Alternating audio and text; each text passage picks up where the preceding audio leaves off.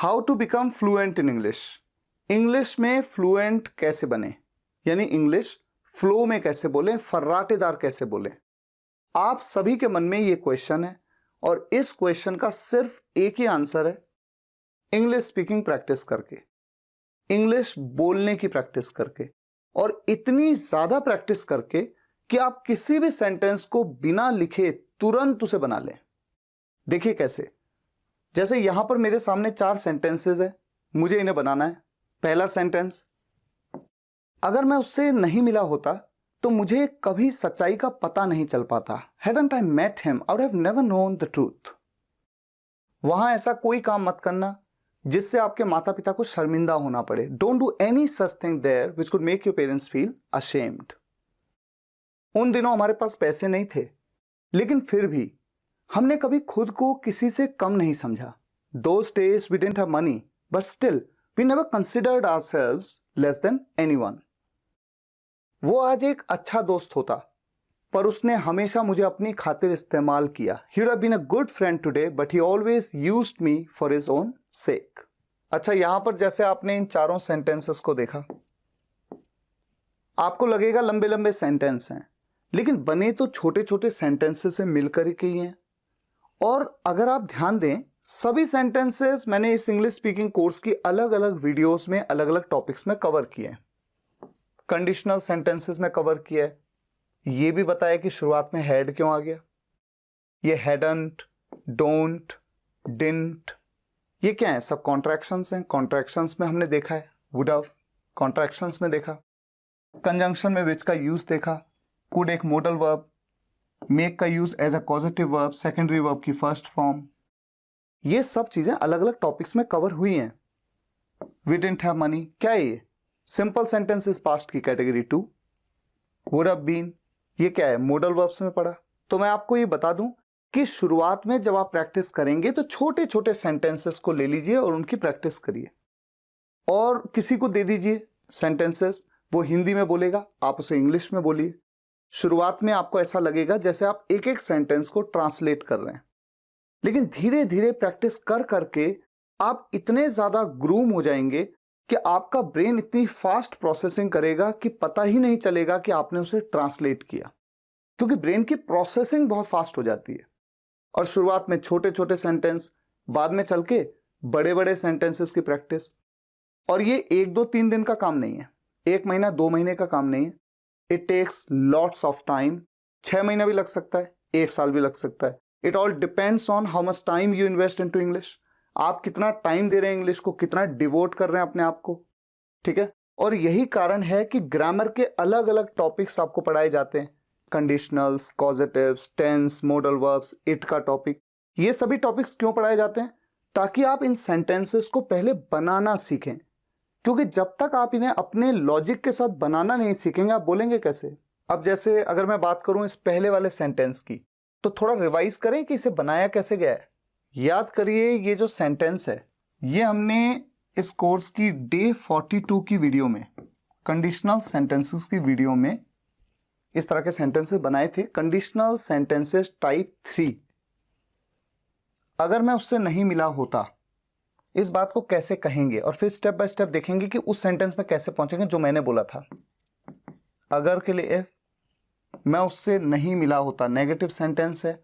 आप ये जानते हैं कि कंडीशनल टाइप 3 के सेंटेंस में जो वर्ब होती है, सबसे पहले तो सब्जेक्ट है आई, और जो ऑक्सिलरी वर्ब होती है वो होती है हैड। नेगेटिव सेंटेंस है नॉट।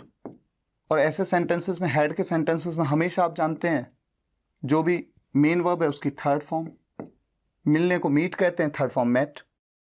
उससे कोई लड़का है, him. If I had not met him, अगर मैं उससे नहीं मिला होता, तो के लिए आप जानते हैं देन का यूज कर भी सकते हैं, नहीं भी कर सकते हैं। कॉन्वर्सेशंस में करने की जरूरत ही नहीं है, क्योंकि अगर आप किसी वर्ड का यूज ना करके भी सेंटेंस को बना सकते हैं, इफेक्टिवली बोल सकते हैं, तो जरूरत क्या है? मुझे कभी सच्चाई का पता नहीं चल पाता। किसे? मुझे। तो सब्जेक्ट कौन है यहां पर भी? मैं, आई। आप ही जानते हैं कंडीशनल टाइप 3 के सेंटेंसेस में इफ वाले क्लॉज में तो हैड यूज होता है, और सेकेंडरी जो दूसरा क्लॉज है उसमें वुड हैव। अब चूंकि ये सेंटेंस भी नेगेटिव है तो वुड नॉट हैव। उसके बाद वर्ब की थर्ड फॉर्म पता लगने को नो कहते हैं, नो की थर्ड फॉर्म नोन, और उसके बाद सच्चाई का पता, नोन द ट्रूथ। अब आप यहां पर एक चीज और देख रहे हैं, कभी। कभी के लिए एवर का यूज करना भी मैंने आपको एक सेपरेट वीडियो में डिटेल में समझाया है, तो यहां पर एवर का यूज कर लेंगे। और एवर का यूज कहां पर किया जाता है, जो भी सेंटेंस की मेन वर्ब है उससे तुरंत पहले। तो अब ये सेंटेंस क्या बना, if I had not met him I would not have ever known the truth. ठीक है, अब मैंने आपको कंडीशनल टाइप 3 के इन सेंटेंसेस में बताया था हैड को आप शुरुआत में ला सकते हैं, तो इफ को हटाई दिया और हैड को शुरुआत में ले आए, तो आप क्या कहा, had I not met him. उसके बाद क्या, I would not have ever known the truth. अब एक पॉइंट और एक चीज और कर लेते हैं, नॉट और एवर को मिला लेते हैं और बना देते हैं never. I would have never known the truth, तो वो भी साथ ही साथ इंप्रूव करते चलते हैं। अब एक चीज और देखते हैं, आप ये भी जानते हैं कि जब भी ऑक्सिलरी वर्ब के साथ में सब्जेक्ट के बाद नॉट होता है, इन दोनों को आप मिला भी सकते हैं, जो कि आपने क्वेश्चन वाले सेंटेंसेस में भी देखा है। तो हैड और नॉट का कॉन्ट्रैक्शन यूज कर सकते हैं, hadn't, hadn't I met him. उसके बाद एक काम और कर लेते हैं, थोड़ा सा सेंटेंस को और इफेक्टिव बना लेते हैं, वुड हैव को भी कॉन्ट्रैक्ट कर देते हैं, वुड हैव कह देते हैं, बन गया आपका पूरा सेंटेंस। इसी तरीके से मैंने बोला था, hadn't I met him I would have never known the truth. और देखिए ये क्या है, वुड हैव। अब होता क्या है कि जब आप इंग्लिश की प्रैक्टिस खूब करते जाते हैं, कॉन्ट्रैक्शंस को भी सही से प्रोनाउंस करते हैं, तो would have, I would have never known the truth. तो शुरुआत में तो पकड़ ही नहीं पाते, लेकिन धीरे धीरे आपकी खुद की जुबान में ये प्रोनाउंसिएशन प्रॉपरली आने लगती है, तो आप चीजों को पकड़ने लगते हैं। ठीक है, और ऐसा नहीं है कि मैं ऐसे ही बोलता, मैं ऐसे भी बोल सकता था, if I not met him I would have never known the truth. या फिर उस तरह से भी मैं कैसे बोल सकता था, आई वुडंट, वुडंट कह देता, इसे कॉन्ट्रैक्ट का, I wouldn't have ever known the truth. तो जैसे जिस व्यक्ति को कंफर्टेबल लगता है उस तरह से वो बोल सकता है। तो मेरी आप सभी से एक ही रिक्वेस्ट है कि इस इंग्लिश स्पीकिंग कोर्स की जितनी भी वीडियोस हैं, डे 1 से लेकर के और डे 90 तक की सभी वीडियोस को बहुत सीरियसली देखिए, एक भी वीडियो को मिस मत करिए, क्योंकि हर वीडियो से आपको कुछ ना कुछ नया सीखने को मिलता है।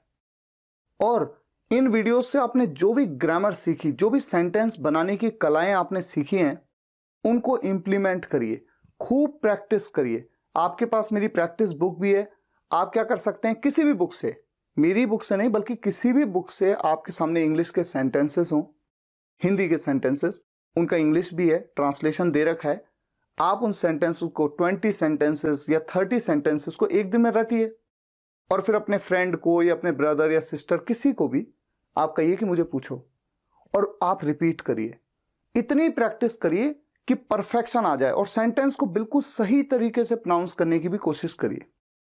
ठीक है, क्योंकि लाइफ में ये मौका शायद आपको दोबारा ना मिले। 10 साल बाद फिर आप कभी सोचेंगे कि हाँ मुझे सीखना है, और फिर आप मेहनत करने लगेंगे, तो हो सकता है वो वक्त जो निकल गया उस वक्त की एक अलग वैल्यू है। तो मैं आपसे रिक्वेस्ट करूंगा, थोड़ा सीरियस हो जाइए और एक एक वीडियो को ध्यान से देखिए और ढंग से अपना पूरा टाइम दीजिए इंग्लिश को। फिलहाल आज के इस वीडियो में यहीं तक। अगर आपको ये वीडियो पसंद आया हो, वीडियो को लाइक और शेयर जरूर करिएगा, कमेंट्स में बताइएगा कैसा लगा। मिलते हैं नेक्स्ट वीडियो लेक्चर में, तब तक के लिए टेक केयर, गुड बाय।